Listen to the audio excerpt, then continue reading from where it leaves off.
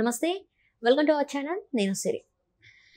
కేంద్ర ఆర్థిక బడ్జెట్‌లో అయితే మనకి అయితే ఏపీకి 15,000 కోట్ల రూపాయలనైతే నిధులు శాంక్షన్ చేయడం జరిగింది. దీంతో అయితే ఏపీకి అనేక కంపెనీలు వస్తాయి అని చెప్పేసి ఈ ఏడాది లోపలనే 3,000 పైన కంపెనీలు వస్తాయని చెప్పేసి అయితే ఒక అంచనా వేస్తున్నారు. మరి ఇందులో నిజమెంత ఉంది అనేది మనకు వివరించడానికి మనతో పాటు ఉన్నారు ప్రముఖ సీనియర్ జర్నలిస్ట్ డాక్టర్ దుర్గావడ్లమణి గారు. నమస్కారం మేడం. నమస్తే అండి. మనం నిన్న చూస్తున్నట్టయితే మనకి కేంద్రం నుంచి వచ్చిన బడ్జెట్ ఏంటంటే 15,000 కోట్ల రూపాయలు ఏపీకి శాంక్షన్ చేశారు. అంటే ఇంకా ముందు ముందు కూడా ఏవైనా కావాలి అంటే కూడా వాళ్ళు చేస్తామని చెప్పడం జరిగింది. దీంతో ఏపీకి అనేక కంపెనీలు అంటే దాదాపు 3,000 కంపెనీలు పైన రాబోతున్నాయి అని చెప్పేసి అయితే మరి వార్తలు వస్తున్నాయి. ఇందులో ఎంతవరకు వాస్తవం ఉందంటారు? మరి ఆల్రెడీ మనం మాట్లాడుకున్నామండి. 400 కంపెనీలు అంటే వాళ్ళ ప్రతినిధులు రెడీగా ఉన్నారు చంద్రబాబు నాయుడు గారిని కలవటానికి అని. సో నిన్న పరిస్థితి చూస్తే అంటే ఒక ఉత్సాహం అందరిలో వచ్చింది. ఆంధ్రప్రదేశ్ వైపే అందరి చూపు ఇప్పుడు. అసలు ఎవరు ఊహించని విధంగా బడ్జెట్లో మనకు కేటాయించడం అనేది ఏ రాష్ట్రానికి జరగలేదు. విభజన తర్వాత ఆంధ్రప్రదేశ్కి అంటే ఒక గుర్తింపు వచ్చింది. ఇంతవరకు కూడా ఎప్పుడు ఏ బడ్జెట్లోనూ ఆంధ్రప్రదేశ్కి ఈ రకంగా కేటాయించింది మనం చూడలేదు. ఈసారి ఒక ప్రత్యేకత ఆంధ్రప్రదేశ్కి. అది చంద్రబాబు నాయుడు గారి చలవ కావచ్చు, ఇంకొక రకంగా అంటే కేంద్రం కూడా గుర్తించింది, ఆంధ్రప్రదేశ్ పరిస్థితిని గుర్తించింది, వాళ్ళ అవసరాన్ని గుర్తించింది ఆంధ్రప్రదేశ్ తోటి. ఇవన్నీ కూడా కలిపి నిన్న ఒక చక్కటి బడ్జెట్ అయితే మనకి వచ్చింది. బడ్జెట్లో మనకి అడుగడుగున మనకు కావాల్సినవన్నీ వాళ్ళు శాంక్షన్ చేయటం జరిగింది. మీరు చూస్తే కనుకైతే రాయలసీమ, ప్రకాశం, ఉత్తరాంధ్ర వెనకబడిన ప్రాంతాలు ఏవైతే ఉన్నాయో వాటికి ప్రత్యేకంగా నిధులు ఇచ్చారు. పారిశ్రామిక కారిడార్లు డెవలప్ చేస్తామన్నారు. తర్వాత రైల్వే జోన్స్ ఏవైతే ఉన్నాయో అవన్నీ మారుతాయి మనకి. ఒక్కొక్కటి అంటే మీకు ఇన్ఫ్రాస్ట్రక్చర్కి సంబంధించి ఏం కావాలో అన్నీ జరుగుతాయి. హైవేల డెవలప్మెంట్ అన్నారు, రోడ్లు మరమ్మతులు అన్నారు, ఇలా ప్రతి ఒక్కటి. ఆ తర్వాత మీరు చెప్పిన 1,500 కోట్లు అమరావతి అభివృద్ధికి అన్నారు.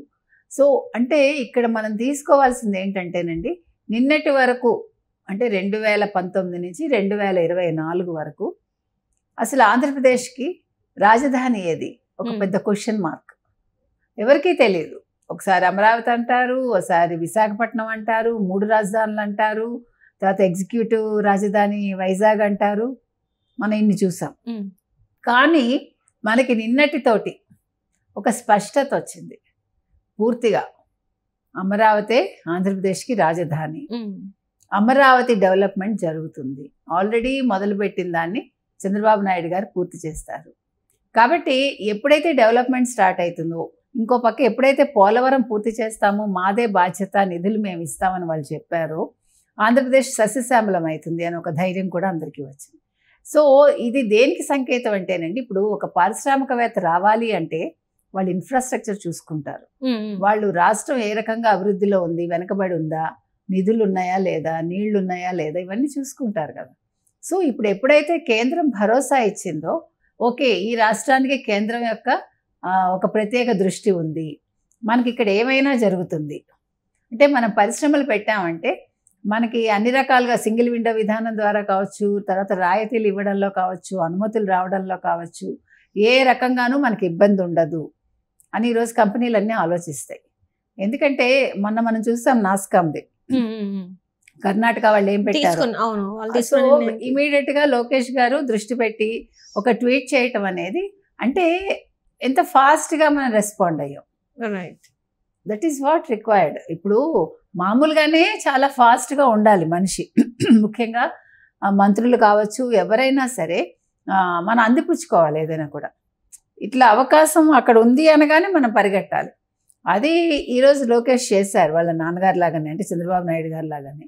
సో ఒక యంగ్ మినిస్టర్ ఇప్పుడు అంటే యువత బుర్ర ఎంత ఫాస్ట్గా ఉంటుంది, పాదరసంలాగా ఎలా పనిచేస్తుంది, వాళ్ళు ఎట్లా నిర్ణయాలు తీసుకుంటారు అన్నదానికి ఇది ఒక తార్కాణం మనకి. సో ఇవన్నీ చూశాక ప్రతి ఒక్కళ్ళు చూస్తారు కదండి. ఇప్పుడు కంపెనీలు ఎట్లా ఉంటాయి అంటే మనం ఎక్కడికి వెళ్ళాలి. ఇప్పుడు ఈరోజు భారతదేశం అన్ని విధాలుగా కూడా ముందంజలో ఉంది. అమెరికానే భారతదేశాన్ని చూస్తోంది కదా, అంటే మనతోటి స్నేహ సంబంధాల విషయంలో. ప్లస్ మన యువత అక్కడికి వెళ్ళి అక్కడ కూడా వాళ్ళ ఉనికిని చాటుకున్నారు. వాళ్ళు ఈరోజు ఇంచుమించు 1.24 ఉన్నారు పర్సంటేజ్లో మన వాళ్ళు, తెలుగు వాళ్ళు అమెరికాలో. సో అమెరికాలో మనం వ్యాపార పరంగా బాగున్నాము, తర్వాత చదువు పరంగా బాగున్నాము, ఈవెన్ అక్కడ అందరితో కలవటంలో అన్ని విషయాల్లో కూడా భారతీయులు ఎస్పెషల్లీ తెలుగు వాళ్ళు చాలా బాగున్నారు. తర్వాత ఫాస్టెస్ట్ గ్రోయింగ్ లాంగ్వేజ్ కూడా అక్కడ 4వది. అంటే అక్కడ మాట్లాడే వాళ్ళలో 3వది. హిందీ, గుజరాతీ తర్వాత తెలుగు మాట్లాడతారు. కాబట్టి అంటే తెలుగు వాళ్ళు ఏ రకంగా మొత్తం గ్లోబల్గా ఉన్నారు, ఆ గ్లోబల్గా ఉన్న తెలుగు వాళ్ళని చూసాక అక్కడ ఉండే కంపెనీలు ఆంధ్రదేశం మీద ఏ రకంగా దృష్టి పెట్టాయి, ఇవి మనం గమనించుకోవాలి. అంటే మనం ఒక చోటకి వెళ్ళాం అనుకోండి, ఒక కొత్త ప్లేస్కి వెళ్ళినా కూడా మన ఉనికిని మనం చాటుకోగలగాలి. అంటే మన మేధ అక్కడ ఉపయోగపడాలి. అది అంటే మనకి అప్పుడే కదా గుర్తింపు వస్తుంది. ఓ ఆంధ్రప్రదేశ్ మనం వెళ్ళొచ్చు, ఇక్కడ అందరూ కూడా చాలా ఇంటెలిజెంట్ పీపుల్ ఉన్నారు, ప్లస్ ఇక్కడ అన్ని రకాలుగా సెక్యూర్డ్గా ఉంది. సెక్యూర్డ్గా కూడా ఉండాలి, అంటే అల్లర్లు ఉండకుండా, గొడవలు లేకుండా, అంటే అభివృద్ధి పదంలో ఉంటూ అన్ని రకాలుగా కూడా వాళ్ళకి అవకాశం ఉండాలి. ప్లస్ ప్రజలు కూడా చాలా అంటే స్నేహభావంతో ఉంటారు. ఇప్పుడు మీరు ఆంధ్రప్రదేశ్ వెళ్ళారంటే వాళ్ళు ఎవరినైనా ఆదరిస్తారు, irrespective of caste, creed, language, anything. అదొకటి చాలా ముఖ్యం మనకి. మనం వెళ్ళి ఇబ్బందులు ఎదుర్కోకూడదు. అంటే మనమైనా సరే ఇప్పుడు ఒక కొత్త ప్లేస్కి వెళ్ళినప్పుడు మనం ఫస్ట్ చుట్టుపక్కల గమనించుకుంటాం కదండి. ఓకే, ఇక్కడ నేను ఇల్లు ఎక్కడ తీసుకోవాలి ఫస్ట్ మనం ఆలోచిస్తాం. తర్వాత మిగతా వాటికి దగ్గరగా ఉందా సౌకర్యాలు చూసుకుంటాం మనం. తర్వాత స్నేహశీలుగా ఉన్నారా లేదా, చుట్టుపక్కల వాళ్ళు ఎలా ఉన్నారు, ప్రజలు మనతో కలుస్తారా, అంటే అలాంటి ఏరియాలు మనం చూస్ చేసుకుంటాం. అదే రకంగా ఈరోజు ఈ పారిశ్రామికవేత్తలు కూడా they are thinking like that and they are taking decision అనమాట.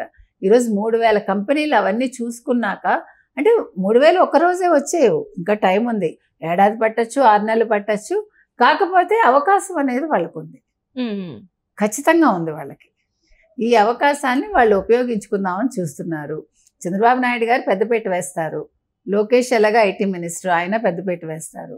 సో ఇప్పుడు పంచాయతీరాజ్ ఇవన్నీ కూడా డెవలప్మెంట్స్ అవుతాయి, ఎక్కడికక్కడ ఇన్ఫ్రాస్ట్రక్చర్ పెరుగుతుంది. సో ఇవన్నీ కూడా పారిశ్రామికవేత్తలకి చాలా అనుకూలంగా ఉంటాయన్నమాట. అన్ని సింగిల్ విండో విధానంలో పనులు అయిపోతాయి, రాయితీలు వస్తాయి. సో అన్ని రకాలుగా కూడా వాళ్ళకి అనువుగా ఉంది కాబట్టి, కేంద్రం దృష్టి కూడా మన మీద ఉంది కాబట్టి, అప్పుడు అవన్నీ వస్తే యువత ఎక్కడికి వెళ్ళక్కర్లా.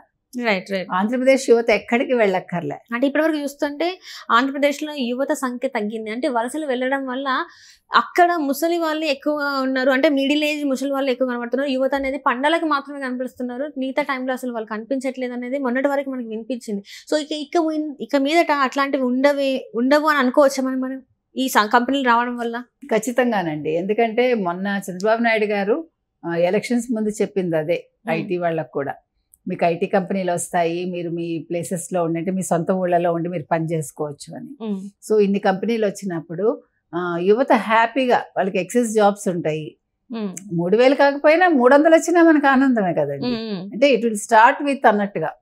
సో డెఫినెట్గా అంటే అన్ని రకాలుగా ఆంధ్రప్రదేశ్ ఇంకా అభివృద్ధి చెందుతుంది. ఇప్పుడు కంపెనీలు వచ్చి యువత వచ్చారనుకోండి, మిగతావన్నీ కూడా బిజినెస్ పెరుగుతుంది. సో అన్ని రకాలుగా గ్రోత్ అనేది within no time, within a span of short పీరియడ్లో మనకు అయిపోతుంది. కాబట్టి అది 3 ఏళ్ళ 4 ఏళ్ళ 5 ఏళ్లకి మనం ఆంధ్రప్రదేశ్ని ఒక సంపూర్ణ అభివృద్ధి చెందిన రాష్ట్రంగా చూడొచ్చు. Right madam, right. Thank you so much madam. Thank you.